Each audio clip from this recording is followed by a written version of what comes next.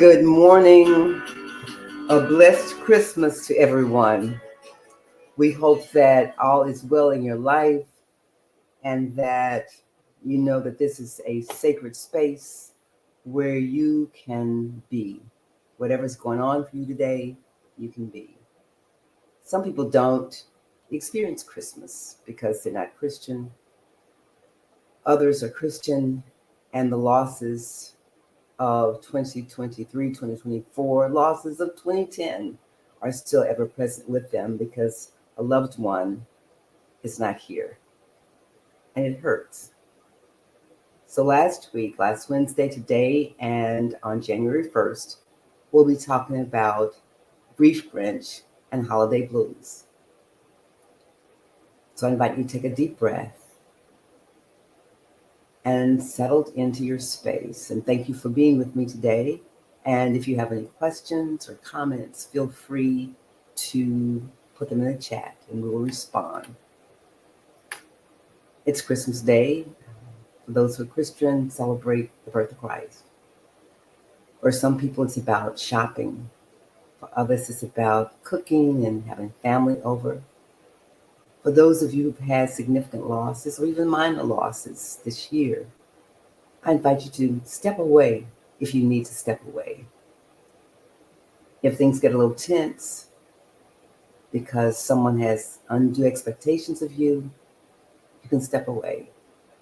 Maybe go on the front porch or go in the bathroom, step away. It's okay. And a lot of times people will make comments that are inappropriate. We don't have to go to every fight that we're invited to. You can acknowledge their humanity and say, okay. So last week when we looked at Holiday Grinch, we talked about just the things that happen. So when we know that loss happens to everyone, and grief is a healthy response to a loss. Many people are aware of death of a loved one, job loss, but people don't think about divorce or bad breakup. Sometimes people's spirits are just crushed because they feel betrayed. Some people this year have lost pets. Some have lost homes. They couldn't afford the mortgage or other kinds of things happened. So there's a loss of safety, a loss of space. Some people lost friends by death or betrayal. Some people retired. And when you retire, what happens? All of a sudden, the community you had, the people you knew, it's like, what do I do with my time? So for those who have experienced loss due to retirement, you may not even think of it as a loss. You may just think of things a little bit different, but what do I do with my time? So for those, we invite you to honor that loss, honor that sense of loss of place, loss of purpose. And for those who are contemplating retirement this upcoming year, please get with your financial planner and also maybe get with a counselor or therapist to work through, who am I? Who am I beyond my job, beyond what I do? And how do I be my best self? Because loss happens between the dash of our birth date and the date when we take our last breath. Loss happens. And grief is an appropriate response. So what do we need to do? How can we face it? Well, first of all, loss happens. And I'm repeating because sometimes we need to hear things more than one time for us to really get it. And grief is an appropriate response. And for that grief, it's important to do something with our minds, our bodies, our spirits, and our emotions. So with death of a loved one, just know that all hospice institutions, programs have grief counselors. They major in grief. That's what they deal with all the time. Even if your loved one has not gone through that program, you can still use their facility, their programs. Sometimes they do group sessions, sometimes one-on-one. There are also hotlines. You can do a search on the internet, or you can call up your local, perhaps Red Cross, check with your imam or your priest or your pastor. There are ways to get help. It's okay to get help. Sometimes we think that we have to do it all by ourselves. Well, we all need help sometime at some point. So that's very, very important. So the mental part, the thinking part, their books, their videos, their movies, there are various ways to engage grief. Sometimes when we read a story about someone who's gone through, it's easier for us to adjust and to admit that, yes, I'm hurting. Yes, I'm in pain. Yes, I need help. Journaling also helps to name the issue, to name the pain. And again, we can get professional help, whether it's a clergy person or it's social worker or a counselor or a therapist. There are many people probably in your local area that does marriage and family counseling or family therapy. They can help. They've been through, they know and have the tools. And so ask a friend or ask someone you trust to go with you, to walk with you in that process. And it's really important to take time. Then with the spiritual, again, journaling, speaking with your person who you share spiritual concerns with. If you are an atheist or agnostic, perhaps a therapist, a counselor, a wise person, someone who can really hear you and support you in the process. Also, it's important to deal with things physically. Sometimes when we sustain a loss, we can't eat, or we become compulsive with eating. We can barely move. We don't want to drink water. Some of us get into drinking too much alcohol or smoking too much or eating too much. Or some people start to be sexually promiscuous. All of these responses, this is not about judging ourselves. This is about recognizing that my body is telling me, my actions are telling me I need support. I need some help. I need somebody to tell me it's going to be okay. So it's important then to get enough sleep, to stay hydrated. Most folks say about half your body weight in water. Not sweet tea, that's not doing it. Water. To get exercise, movement. When we say, I'm a couch potato, I don't like to exercise. Our bodies are designed to move. So maybe get a buddy and go for a walk. There are all kinds of yoga programs, all kinds of workout systems for free on YouTube, on the internet. Feel free to engage those. So I mentioned sleeping is important, hydration, getting enough water in is important, healthy eating is important, ODing on fast foods and junk food that has a lot of high fructose corn syrup solids, that won't help. Those are all attempts to bring us comfort. That at the end of the day, that is short lived because the grief is still there, the loss is still there. So, again, get your rest, get your sleep, be hydrated. It's really important. Drink enough water. And if you're having trouble sleeping, you might check with your doctor to see what's going on. Eat healthy. Fruit and vegetables are good. If you eat meat, try the best to get organic. Also, make a fist. See, the fist, that's the size of my stomach. That's the size of our stomach, so that means my portion sizes need to be a lot like this. Also, chew 20 to 40 times. I'm still working on that one. It is difficult sometimes to chew.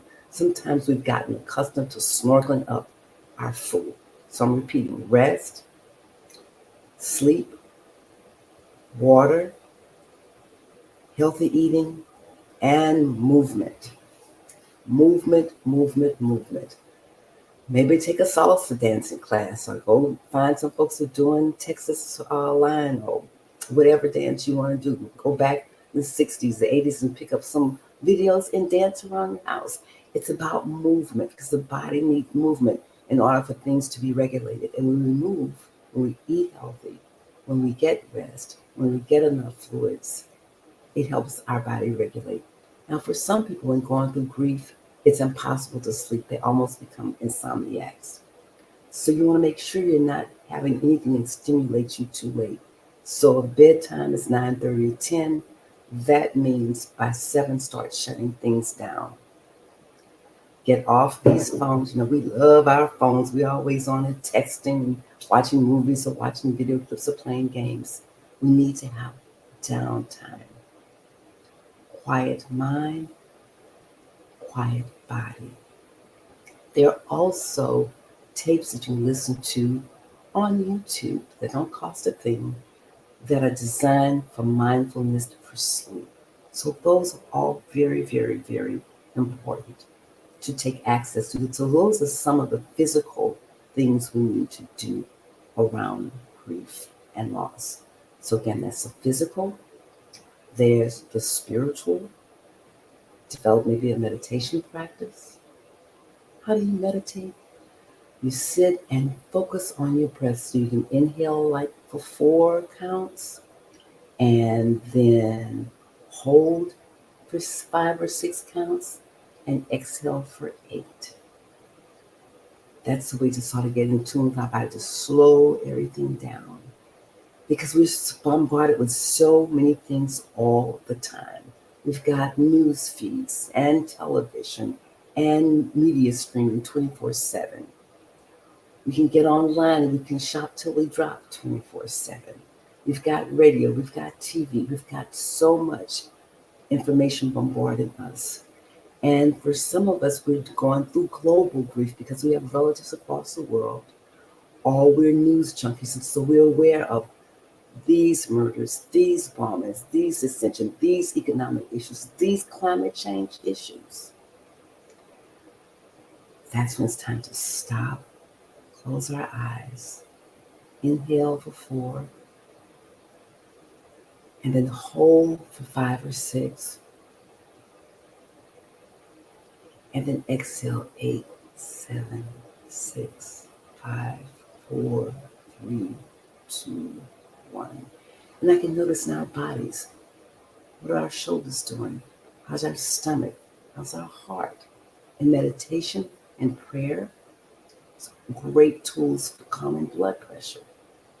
A lot of times we get in such a hurry, we forget to breathe. Sometimes we're so stressed out, we're actually sipping breath or we're holding our breath because we're so stressed.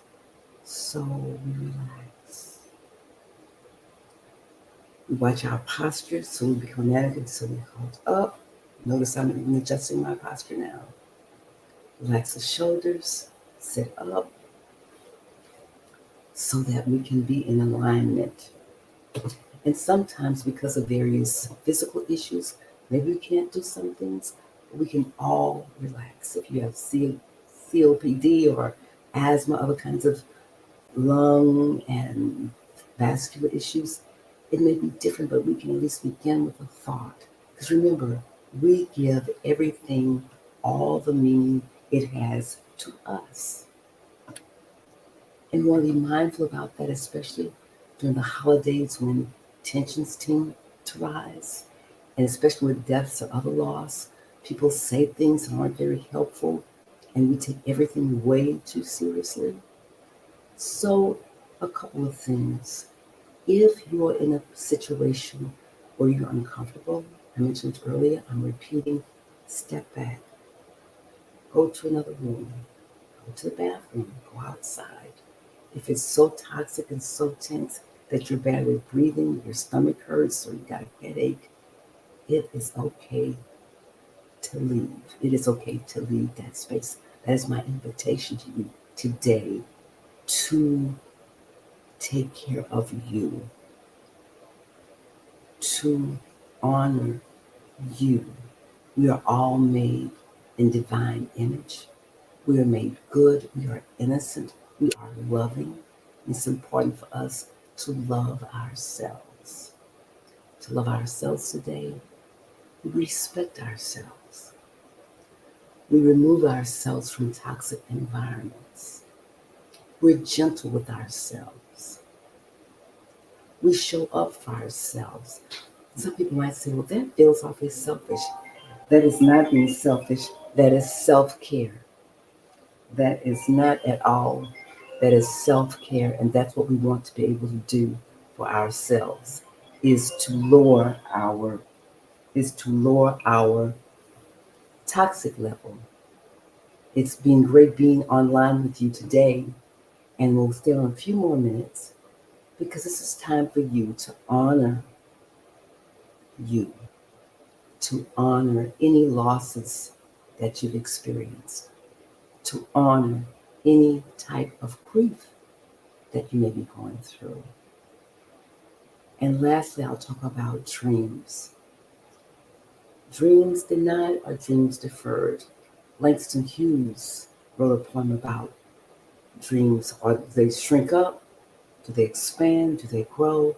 Some of us had dreams for 2024 that didn't happen. My invitation is to take a look at those dreams. Do we need to have a new dream? Do we need to have a new dream? Refocus. And that a particular dream didn't happen doesn't mean we're bad or we're incompetent. Sometimes things just really don't work out as we would have thought. So we can step back and have a new dream. Some dreams we need to let go of completely. Other dreams we need to tweak. For parents, it's like, well, I wanted my children to. And sometimes as parents, we try to get or relive our lives through our children. Our children don't belong to us. Our children belong to God. We can love them. We can't fix them. For those who are parenting of little ones, you have a great opportunity to learn how to love your children for who they are. And there are courses that you can take in parenting because we parent, we live, we cook, we do like the people in our lives did. So if grandma cooked okra a certain way, or if grandma or grandpa made their bread pudding or their mac and cheese a certain way, we think that's the only way to do it. There are many ways to do mac and cheese. There are many ways that we can lovingly raise our children. One of the most important things to do while we're dealing with grief or loss or life in general is to really listen. The Holy Spirit is inside all of us. The old people of my youth would say, I wished I'd followed my first mind. And I would hear that and wonder, what are those people talking about? Then learn, first mind is the Holy Spirit, which is inside of all of us. So when we listen to first mind, we'll know when to go, when to stop, when to say something, and sometimes we need to be quiet. Just nod. If someone is saying something that we know is not true, if they're saying, it's snowing and it's 95 degrees outside, I don't need to fuss with them saying, are you crazy? Acknowledge their presence. Interesting. I don't need to beat them down or argue when I'm looking at the thermostat or the thermometer and it says it's 95 outside and they say it's snowing. The other thing I've learned is everyone has a right to their own opinion. I don't have to agree with it. I don't have to prove them wrong. And they don't need to prove me wrong or right. And whatever other people see in me or think about me or say about me, that's their business. That's not my business. I've got 24 hours to take care of number one. And at least 8 to 9 hours, depending on where we are in life, needs to be involved with sleep. So on this Christmas Day, be okay with wherever you are. And especially for seniors, and I think some people say senior, you hit 55, that's when you get some discounts. It's really important to know that some things we need to navigate differently. Our bodies can do things at 20, 30, and 40 that they cannot do in the same way. And it's important, and not to be a Debbie Downer, but it's important to know what we need and to make sure all our affairs in order. Death comes to those who are little and to those who've lived a longer time. And we need to honor those changes. So make sure you have a will. Know what the laws are for your state. You could, for some states, as long as you handwrite it or it can be typed, as long as it's notarized, like if you're here in North Carolina where I am, as long as I have it written and it's notarized, it's legit. Whatever asset you have, if it's 92 cents in the bank, Have a second person who can have signature authority on your checking account. Because once we take that last breath, everything freezes and the courts will not allow anyone to do anything. Have all your paperwork in order. And for some of us who like to collect a lot of things, our children don't have to go through all those kinds of things. So start giving them away. If you've got a great library collection, find a local public library or college, university, seminary who could honor and might use those books. If there's certain clothes, if you've not worn those clothes, I would sing this to a special occasion. Wear that dress, wear those nightgowns. They're just collecting dust. If you've got, oh, these are my special dishes, these are our wedding dishes, use those dishes. They're collecting dust. We bought them. If you've got magazines that are collecting dust, get rid of them. So my invitation is one act of loving ourselves is to let go of things, is to have a healthy space, is to be able to live, love, and laugh. Thank you for taking time with us today. Thank you for loving yourselves well. Thank you to my support team of the Reverend Terrell Lloyd. I thank God for this purpose. Thank God for you. Love you today. Take care of you today. Take time and space for you. Know that grief has no deadlines. It is what it is. And every loss is different. Listen to your mind, your bodies, your spirits, and live, love, laugh. God bless. We'll see you a week from today on New Year's Day. Take care. Love you. Be kind to you. Cheers.